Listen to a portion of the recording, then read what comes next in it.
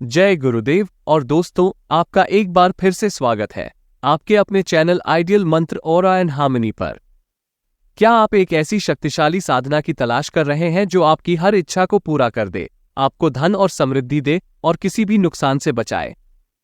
आज हम आपको एक विशेष साधना के बारे में बताने जा रहे हैं जो सदियों से तांत्रिकों द्वारा प्रयोग में लाई गई है और वे सफल भी हुए हैं। हाँ, हम बात कर रहे हैं वट यक्षिणी साधना की। वट यक्षिणी साधना शीघ्र सिद्धि देने वाली और प्रत्यक्ष फलदायक है। इसमें कुल 16 शक्तियां होती हैं जो अत्यंत प्रभावशाली होती हैं।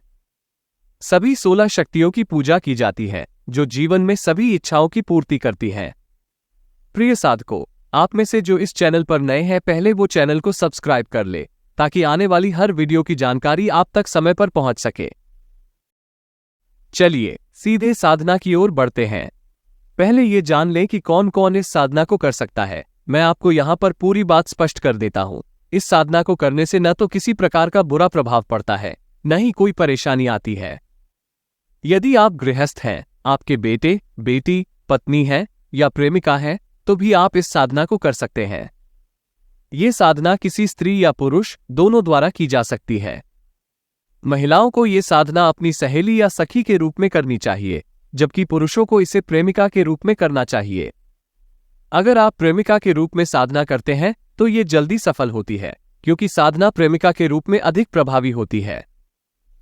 आपको शायद ऐसा लगता है कि प्रेमिका के रूप में साधना करने पर आपकी प्रेमिका को कोई हानि हो सकती है या पत्नी के रूप में साधना करने पर पत्नी को कोई नुकसान होगा, लेकिन ऐसा बिल्कुल नहीं है। यदि आप किसी शक्ति की साधना करते हैं तो वो शक्ति आपको आशीर्वाद देती है, न कि परेशानी। किसी भी शक्ति की आराधना करने पर आपको आशीर्वाद मिलता है, न कि कष्ट। सिर्फ और सिर्फ यही होगा कि आपकी साधना सिद्ध होगी। आप ऊंचाइयों तक पहुंचेंगे, तरक्की करेंगे और सम्मोहन प्राप्त होगा। भोग की वस्तुएं आपको हर तरफ से प्राप्त होंगी। यदि आपका कारोबार चल रहा है तो इसमें आपको सहायता मिलेगी। अगर धन की समस्या है तो कोई ना कोई उपाय निकल आएगा जिससे आपको लाभ मिलने लगेगा। गड़ा धन भी मिलने लगेगा। जैसा कि आप सभी जानते हैं, आपके अंदर साधना के प्रति पूरा विश्वास होना चाहिए। बिना विश्वास के कोई भी साधना सफल नहीं हो सकती। अगर आपके मन में जरा भी शक है कि यक्षिणी साधना करनी चाहिए या नहीं, तो आपकी इसी दुविधा को दूर करने के लिए मैंने एक वीडियो अपलोड किया है जिसका शीर्षक है, क्या यक्षिणी साधना करनी चाहिए? अगर हां तो क्यों? जानिए सच क्या है। इसका लिंक डिस्क्रिप्शन में दिया हुआ है। इसे देखें और यक्षिणी साधना में अपना विश्वास कायम रखें। इसके अलावा और विश्वास आएगा आपको गुरु के परामर्श से, और विश्वास आएगा आपकी शिव भक्ति से। अगर आप कामाख्या मंदिर में माता के दर्शन करें तो तंत्र साधना में विश्वास बढ़ेगा। वट यक्षिणी को सिद्ध करने पर इसकी जितनी भी शक्तियां हैं वो अपने आप ही सिद्ध हो जाती है। यदि यह एक बार सिद्ध हो जाती है तो जीवन भर आपके साथ रहेगी। एक मित्र और सलाहकार के रूप में आप इनसे किसी भी तरह की मदद और सलाह ले सकते हैं, जैसे किसी भी काम करने का अगला कदम क्या होना चाहिए। वह काम आर्थिक या सामाजिक जो भी हो सकता है, बिजनेस का हो सकता है, अच्छा जीवन साथी पाने का हो सकता है। हर तरह जी सलाह आपको ये वट यक्षिणी देगी ही देगी। और देखिए, इसकी 16 शक्तियां हैं। 16 कलाओं से युक्त ये साधना है। ऐसा नहीं है कि अगर आपने अप्सरा की साधना की है तो आप इसकी नहीं कर सकते। ऐसा कुछ भी नहीं है। आपने अप्सरा की साधना की है तो आप इसकी भी साधना कर सकते हैं। यक्षिणी साधना अप्सरा का ही दूसरा रूप है और साधक की जो भी कामनाएं हैं उनमें पूर्ति होती है।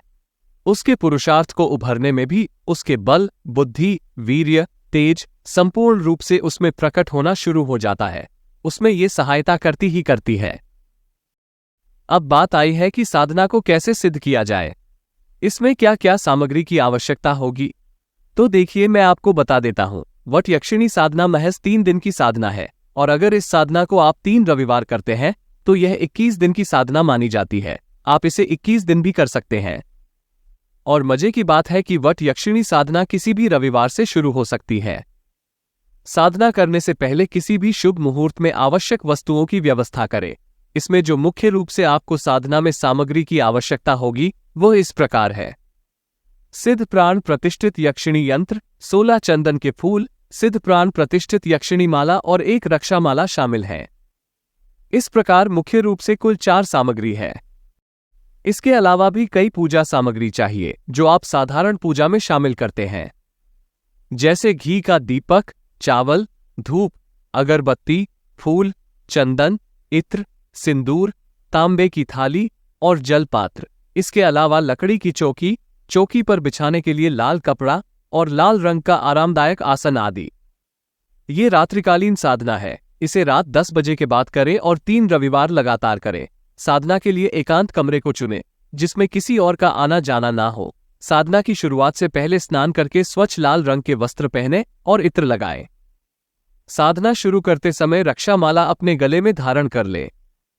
जब आप साधना शुरू करेंगे तब भयभीत नहीं होंगे और सुरक्षित रहेंगे। रक्षा विधान के तहत उल्टे हाथ में चावल लेकर सभी दिशाओं में फेंकें और हनुमान चालीसा का पाठ करें। इससे नकारात्मक ऊर्जा और भूत प्रेत से सुरक्षा होती है। लकड़ी की चौकी पर लाल रंग का कपड़ा बिछाएं और लाल रंग का आसन रखें। साधना के दौरान उत्तर या पूर्व दिशा की ओर मुख करके बैठें और लाल रंग के वस्त्र पहनें। एक पुष्प की माला और अन्य सामान्य पूजन सामग्री के साथ बैठें। यंत्र को चावल या कपड़े पर स्थापित करें। सामने अपने गुरु की तस्वीर रखें। भगवान शिव और यक्षराज कुबेर की तस्वीर जरूर रखें और अन्य देवताओं की तस्वीरें भी रखें जिनकी भी आप रूटीन में पूजा करते हैं। गुरु की पूजा में उनकी तस्वीर पर सिंदूर, पुष्प, धूप, दीप और चावल चढ़ाएं। गुरु जी से हाथ जोड़कर के प्रार्थना करें कि मैं वट यक्षिणी साधना प्रत्यक्ष रूप में करने जा रहा हूं। आप मुझे आशीर्वाद दीजिए कि इसमें मुझे पूर्ण सफलता मिले। और गुरु मंत्र का जप करें। यदि आपने शिव को गुरु मानकर साधना शुरू की है तो ओम नमः शिवाय का जप करें। गणेश जी, हनुमान जी, माता रानी, शिव जी और कुबेर जी की पूजा करें। उनके सामने फूल और टीका लगाएं। यक्षिणी यंत्र की पूजा में सिंदूर से तिलक करें। इत्र में भीगा हुआ वस्त्र यंत्र पर चढ़ाएं और सुगंधित पुष्प की माला चढ़ाएं। जल लेकर संकल्प लें कि आप अपनी मनोकामनाओं की पूर्ति के लिए साधना कर रहे हैं और यक्षिणी मुझे प्रिय रूप में स्वीकार करें। वट यक्षिणी का ध्यान करना है और सुगंधित पुष्पों की जो माला है, गुलाब के पुष्प की माला आप ले सकते हैं। वो यक्षिणी यंत्र पर आपको चढ़ा देनी है। जो 16 चंदन के फूल है उनमें से एक फूल लेकर के आपको यक्षिणी यंत्र के सामने स्थापित करना है। फिर एक सुपारी लेकर के उसको सिंदूर में डूबो करके उसको उसके पास वहीं पर रख देंगे और एक गुलाब की पंखुड़ी वहां पर चढ़ाएंगे।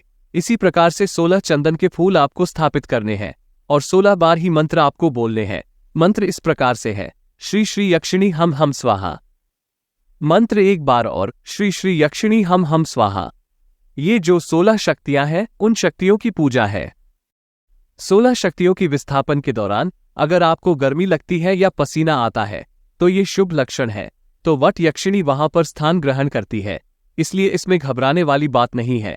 16 चंदन के फूल स्थापित करने के बाद जो गुलाब की माला आपने यक्षिणी यंत्र पर चढ़ाई है उस माला को आप अपने गले में धारण करके यक्षिणी मंत्र का 11, 21, 51 या 101 माला का जप करें। मंत्र इस प्रकार से है, ओम ह्री वट यक्षिणी यक्ष कुल प्रभा प्राकट्य स्वाहा। मंत्र एक बार और, ओम ह्री वट यक्षिणी यक्ष कुल प्रभा प्राकट्य स्वाहा। जितना अधिक करेंगे उतना प्रभावी रहेगा। यदि साधना के दौरान सपनों में कोई दृश्य दिखाई दे तो शांत रहें और साधना जारी रखें। जब आप मंत्र जप करेंगे तो पहले दिन मंत्र जप समाप्त होते होते आपको कुछ संगीत की आवाज आने लगे या फिर घुंघरू की आवाज आना शुरू हो जाए तो आप मंत्र जप बीच में बंद ना करें और बिल्कुल निर्भय होकर के आप मंत्र जप करते रहे। और जब आपको ऐसा लगे कि किसी का आगमन हुआ है तो उस समय यक्षिणी के सामने आप अपनी इच्छा व्यक्त करें, जो भी आपकी इच्छा है, और उस इच्छा को वह जरूर पूर्ण करती है।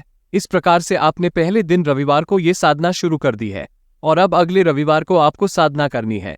तो आप ऐसा भी कर सकते हैं कि प्रतिदिन साधना करें और 3 रविवार तक आप लगातार करें, और ऐसा भी कर सकते हैं कि प्रत्येक रविवार को ही करें। लेकिन आपने जो शक्तियों का स्थापन किया है, यंत्र का स्थापन किया है, उसको आपको नहीं उठाना है। अगर आप साधना डेली करते हैं तो ठीक है, और वैसे भी मैं तो ये कहूंगा कि एक बार जब शक्तियों का स्थापन कर दिया जाता है तो उसको उठाया नहीं जाता, और 3 रविवार तक साधना को संपूर्ण रूप से करें। अगर आपको सपने में किसी प्रकार का कोई दृश्य दिखाई दे तो घबराने की आवश्यकता नहीं है। आप बिल्कुल शांत रहे और साधना करते रहे, बिगड़ेगा आपका कुछ नहीं। ये तो 100% है। इस साधना में आपको ब्रह्मचर्य व्रत का मन से और तन से पालन करना है। मन से जरूर होना चाहिए, क्योंकि शक्ति आपके साथ है, वह सब कुछ जानती है। तो इसलिए इन चीजों से बचें। दूसरा, हर पशु पक्षी और इंसान पर दया का भाव रखें। मतलब जो आपका सामाजिक तरीके से आचरण है वो शुद्ध होना चाहिए। आपको बीड़ी, सिगरेट, तंबाकू का सेवन नहीं करना है।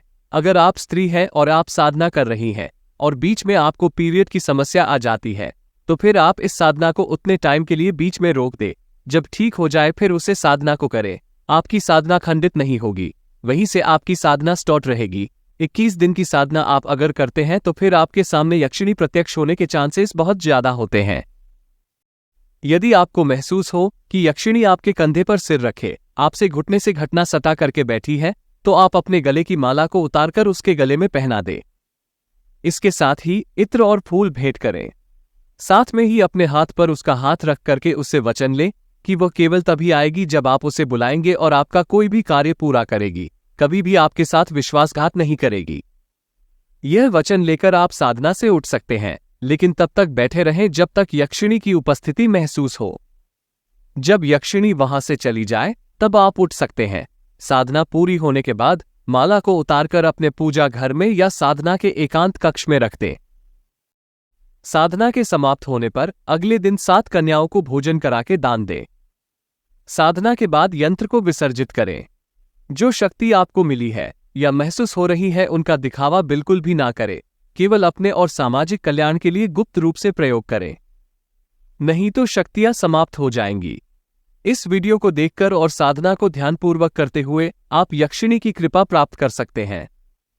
अगर आपको यह वीडियो ज्ञानवर्धक लगा तो लाइक बटन दबाना ना भूलें और अधिक आध्यात्मिक ज्ञान के लिए हमारे चैनल को सब्सक्राइब करें। धन्यवाद। अगली वीडियो तक परमात्मा से जुड़े रहें। अगर आपके कोई प्रश्न हो तो कृपया कमेंट्स में पूछें।